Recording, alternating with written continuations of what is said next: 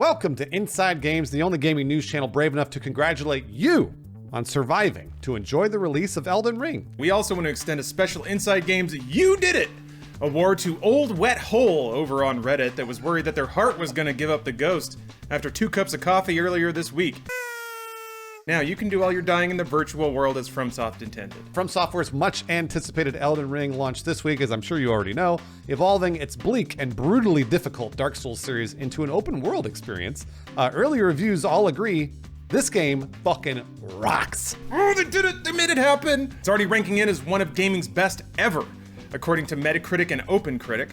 On Metacritic, the game currently has an aggregate score of 97, putting it in a 19-way tie for 6th place. By the math, that makes it just as good as other legendary games like The Legend of Zelda Breath of the Wild, to which it is often compared by reviewers, Grand Theft Auto 3, Halo Combat Evolved, and NFL 2K1. On OpenCritic, Elden Ring boasts a 96, putting it in a 4-way tie for second highest ranked game of all time, alongside Breath of the Wild, Red Dead Redemption 2, and Grand Theft Auto 5. That's mighty fine company to be in, isn't it? It's also an alarming success for From Software, who has come a long way since releasing charming but chunky games like Enchanted Arms and Vampire Rain. Yeah, of all the developers to graduate into being an industry darling, I don't know who would have thought FromSoft would be the one, right? It's kind of strange to reflect on this whole thing. We really couldn't be happier with how it turned out. So massive congrats to the team on developing and shipping such a well-received title. And I played a couple hours of it already. Really enjoyed it. And I don't like From Software games generally. So I'm into it. I'm currently traveling. I'm in sunny Las Vegas for the DICE Awards, so I have to wait until I get home to start it, but I can't wait. I've been playing it up here for 2 years now. On to the reviews, though. Reviewers almost universally agree that Elden Ring is universally successful in expanding the gameplay and scope of Dark Souls to an open world. Comparing to 2017's Breath of the Wild, IGN's Mitchell Saltzman writes that Elden Ring is, quote, one that we'll be looking back on as a game that moved the genre forward. Eurogamer's Aoife Wilson agrees, writing, quote, Elden Ring remains a glorious game, one that established fans are going to savor for some time to come, and one that may just welcome new fans into the FromSoft fold, kind of like me. Yeah, every review outright gushes at the quality and especially the amount of content in this game. Nearly every review we read expressed concern about seeing so little of the game, even with playtimes clocking in at 60 to 80 hours. Basically, there's a lot in Elden Ring, and most of it equals, if not completely surpasses, From Software's standards set with the Dark Souls series. The only high-level reservations shared by reviewers is that sometimes Elden Ring can be a little too much like Dark Souls, which, by the way, I immediately experienced with its UI and its control scheme and the whole deal. PC Gamer's Tyler Culp pointing out that, quote, Demon Souls and Dark Souls didn't birth an entire genre and its voracious fans by being full of things the developer had already done. Likewise, Games Radar's Joel Franey says, quote, it may not be as groundbreaking as its inspirations, but taken on its own terms, Elden Ring might be the best of its brethren, and that's something I'm still struggling to believe has actually happened. But that notwithstanding, apparently Elden Ring is still packed to the brim with spectacle and originality thanks to the incredible vistas, some truly unique boss encounters, and an open world that constantly surprises players with unexpected encounters and worthwhile rewards. It also sounds like Elden Ring hasn't lost its ball-smashing difficulty with which From Software games have basically become synonymous with the hardest things out there. And that's despite comments made by From Software's Yasuhiro Kitao before the game's launch, indicating that the game would be more approachable for newer players. Polygon's Michael McWhorter writes that FromSoft has packed Elden Ring with, quote, some of the hardest, most frustrating enemies it's ever created. Yeah, this leads to the same heart-stopping boss encounters you're familiar, you know the ones. You're feeling good about life, you got a pocket full of healing items, you got a freshly upgraded weapon, and then suddenly the chorus of 7 eternities starts chanting and a life bar stretches out on the bottom of the screen, basically telling you that the next 3 hours of your life are going to be sheer pain while you hack at the ankle of some 60-foot monstrosity called Gundor the World Devourer. Oh, it hurts, but it hurts so good, doesn't it? I don't know that it hurts so good, I'm gonna be honest with you, so we'll see how I feel later on in Elden Ring. PC Gamer pays specific praise to these boss fights, writing that the best encounters are, quote, nigh transcendent, and an example of how hard Elden Ring's best moments hit when the iconography of the previous games disappears and From Software's skill at orchestrating these types of battles shines through. Again, though, PC Gamer notes that these encounters are undercut a bit from referential fights to other FromSoft games or other Dark Souls games, such as a twirling wolf with a sword in its mouth, or a library filled with chanting minions. surrounding a floating boss. A ton of referential and returning bosses, it seems. Stuff that I don't actually know. So maybe for me, it'll be fun. We'll see. But the open world emerges as a new tool to help players navigate the game's difficulty, though it can be a double-edged sword. Polygon writes, quote, anytime I find myself stuck on a particular problem, let's say, for example, a damnable knight who can telekinetically throw his sword at me from across the room, I go do something else. There's always something else to do. The open world adds a natural ambiguity to the game, which means you never really know if you're out-leveled or if a boss is just that hard. And that's kind of always been my complaint with these games. And even then, the games before were linear. So we'll see how I run into those problems. Yeah, do I not have the right sword, or is this get good time? It's kind of hard to tell sometimes. Jordan Midler describes the flow for Video Games Chronicle, writing, quote, you'll find yourself feeling as though you're headed down the main path, only to realize you just spent half the day on an optional boss, your only reward being a weapon that's worse than the one you came in with. Oh.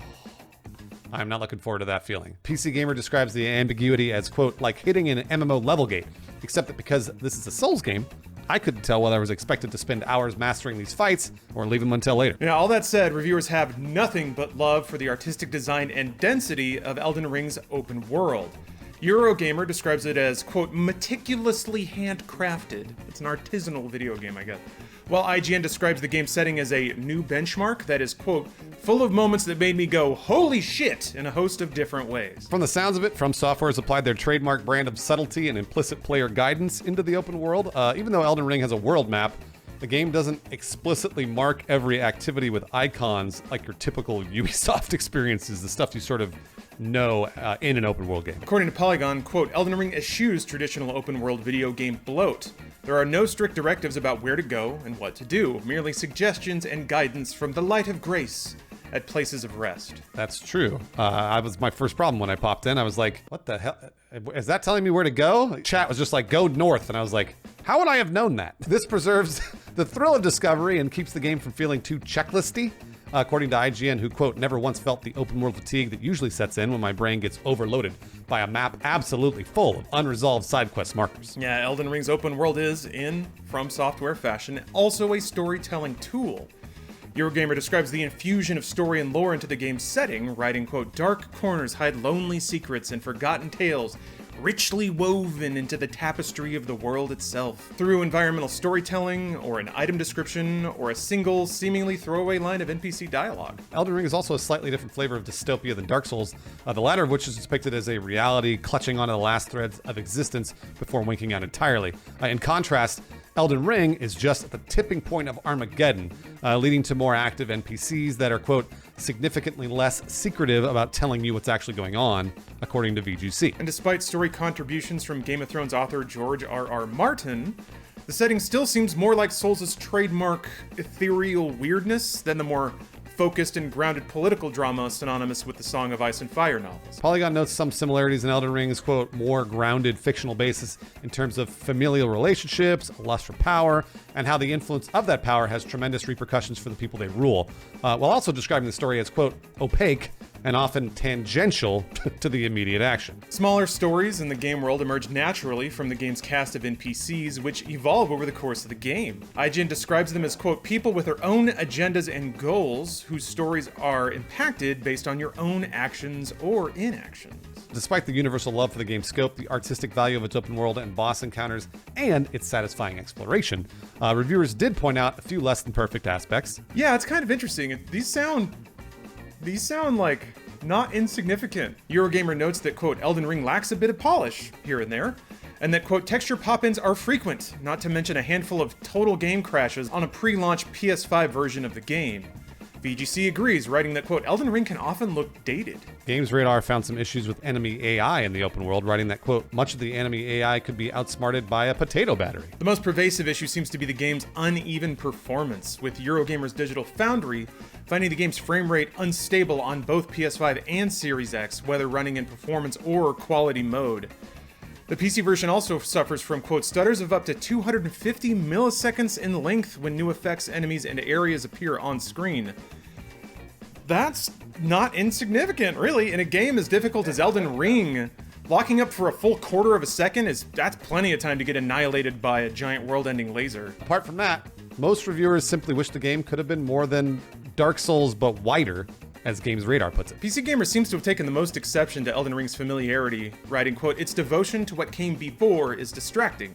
It dulls the impact of those moments where Elden Ring leaps beyond its past to demonstrate why From Software's games are unparalleled by all who attempt to replicate them." And yet, despite all those reservations, the game is still one of the best reviewed games of all time at the moment, which speaks volumes to the scope of From Software's creative success. I guess when you see these new bosses, they blow your mind so hard, you don't really mind the stutters and weird AI and stuff like that. That said, now, the aggregate score for Elden Ring is likely to go down from here if it moves anywhere at all.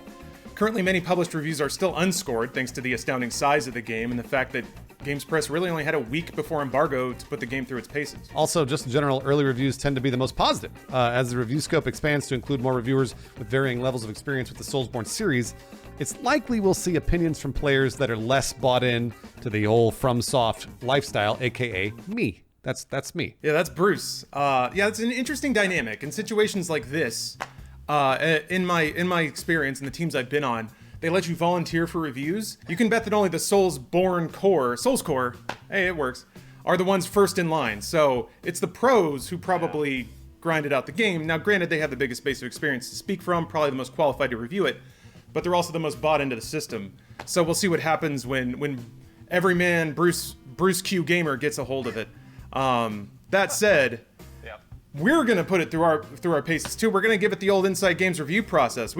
Despite our stunning bravery on this channel, we didn't get early access to it, so we get to play it like every other mortal gamer. But I'm excited to dive in and produce a review ourselves. Well, Lawrence, you're gonna be. I think you're more the FromSoft expert than I am by a long shot. So I'm excited to see what your review is.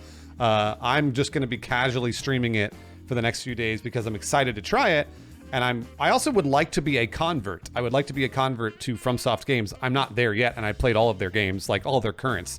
So I'm just not there yet. We'll see if Elden Ring actually converts me. Yeah, it'll be interesting. And I'd like to get your take as part of the review process. I think it'll be really fascinating, especially since Elden Ring is trying some new stuff and broadening out. That is to say, we'll have to get over our hangovers first, because we're going to put our livers through their paces this Sunday. We're doing Drunk drinks. L drunk ring.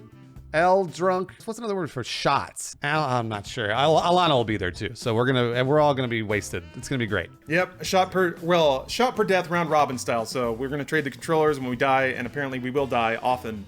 It's gonna go downhill quick like these always do. So, do you want to support more brave content like you just watched? Maybe even L drunks. Look no further than our freshly launched Patreon. That's right. We built out Patreon. We're doing the whole deal now. You can become an instrumental part in helping Inside Games become the #1 biggest gaming editorial channel on the entire planet.